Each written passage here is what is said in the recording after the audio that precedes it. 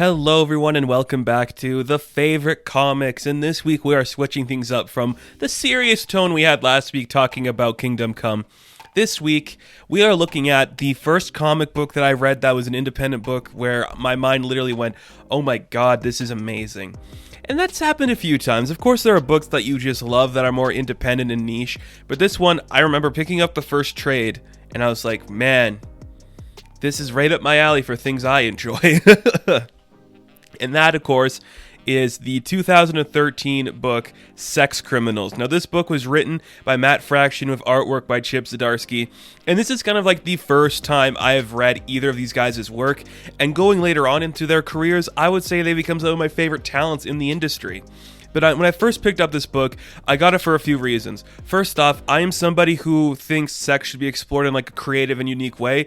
I'm all for like the fluidity of it and like, hey, it's fun. We should have fun with it. It shouldn't be this like taboo, serious thing that only married people do. People hook up all the time. They've been hooking up since like the beginning of time. So let's explore that in a fun and creative way. And that's exactly what this book did for me.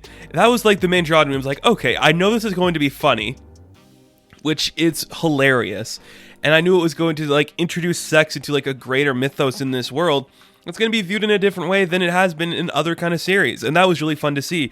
The other one was how gorgeous these covers are. There's something to be said about like just the basic stylized look of the covers for this series. It catches your eye right away.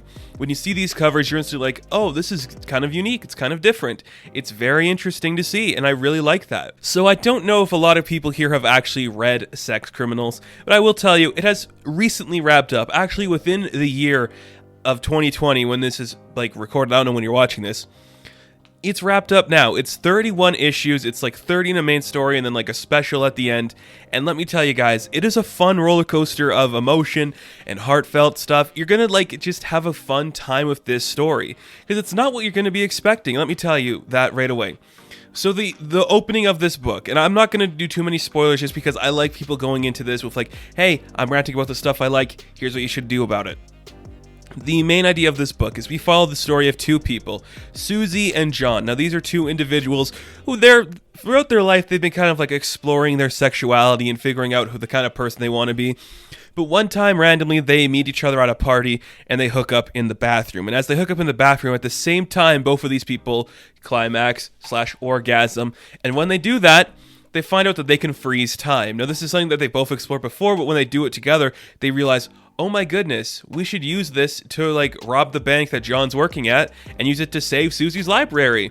And like, that is a fun way to start a book. First off, what a creative idea. There's like some power in like having an orgasm and all that. I'm not going to get into that side of things, but you guys know what I mean. Like, there's something very powerful and like releasing of having that feeling of climax that's very fun to explore.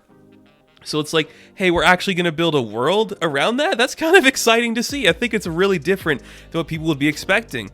And at the same time, too, this is like a modern romance story. It's like obviously flips some of the tropes on its head in ways it acts or the way it does certain things. But there's so much about this story and about this narrative that speaks true to like a romantic comic books.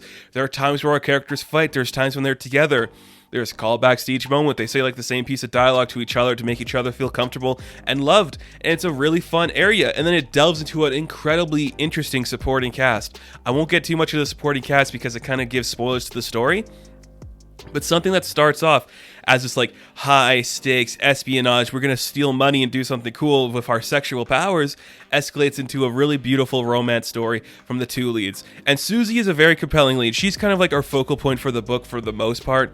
She's the one we first meet, and I really like her. There's just something so bubbly and different about her. They don't really see in a female lead like that, and we've come a long way, I think, since 2013 even, where like women are kind of explored more in these different ways in our comic books. But having Susie be this lead, where she's like not like the like, you know, perfect chiseled body of an Amazon or has like these big breasts or anything. I'm not trying to be like weird about it, but she's just like a normal woman who's like, yeah, I like sex.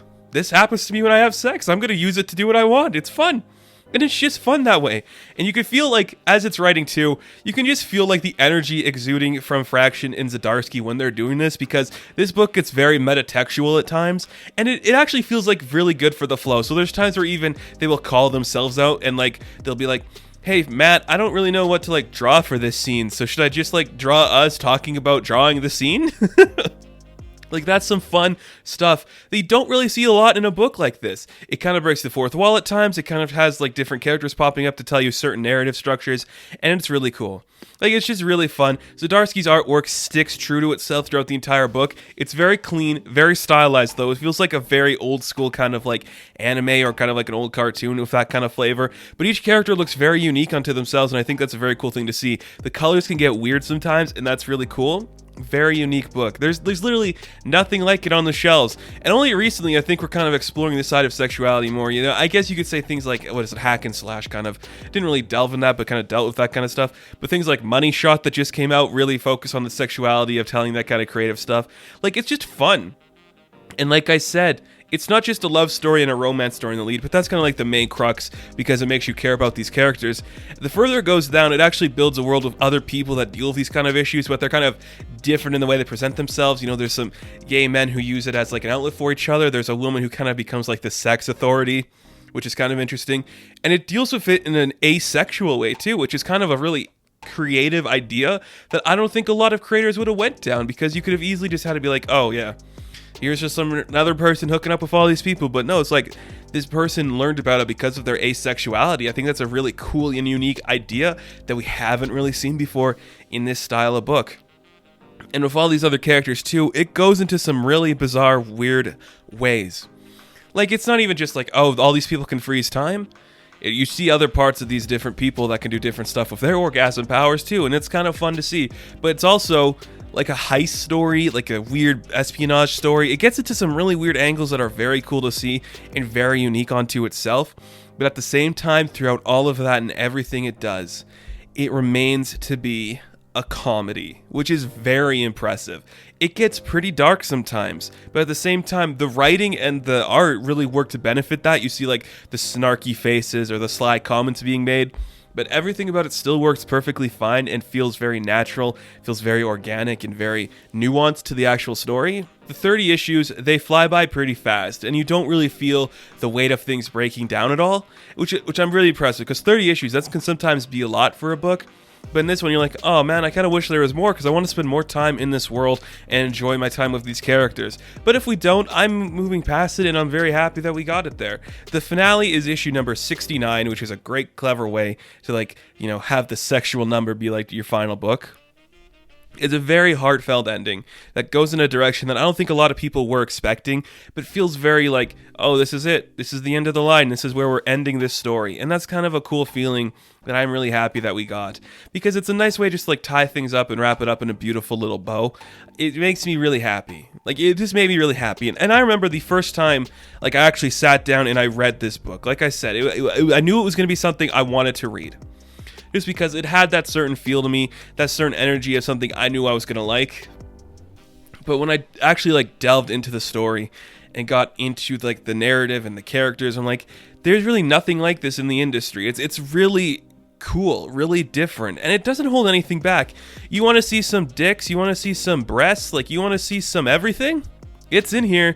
You want to see sex explored in a really fun and positive light?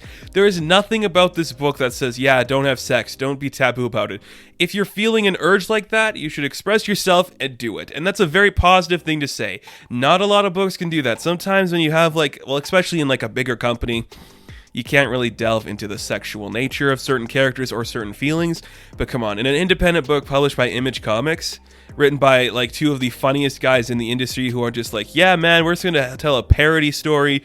We're some porn videos in here. Everything's going to be weird and crazy.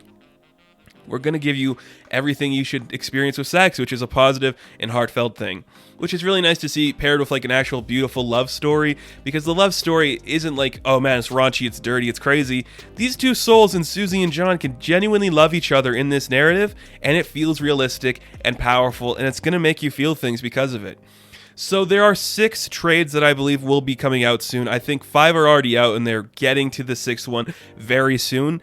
It's a book that I encourage you to go read and go check out, because it's going to make you smile. And at the very least, you're going to understand, hey, sex is cool. We should enjoy having sex. We should have this nuanced discussion about it in a positive light that's very supportive. It's going to give you a lot of different characters, a lot of creative ideas presented here, and you're going to smile and laugh the entire time you're reading it. You're going to see for the first time, if you haven't read anything from Fraction or Zdarsky, you are going to see why these guys are powerhouses in the industry. Still, when you make a book in 2013 that only ends recently this year, you're going to be like, these guys are cool. I like what they do. I want to see more of what they do. And Sex Criminals is a great place to start with that. So everybody, I encourage you to go get the first volume of Sex Criminals because it's going to make you smile and you're going to laugh and you're going to have a good time. I promise you of that.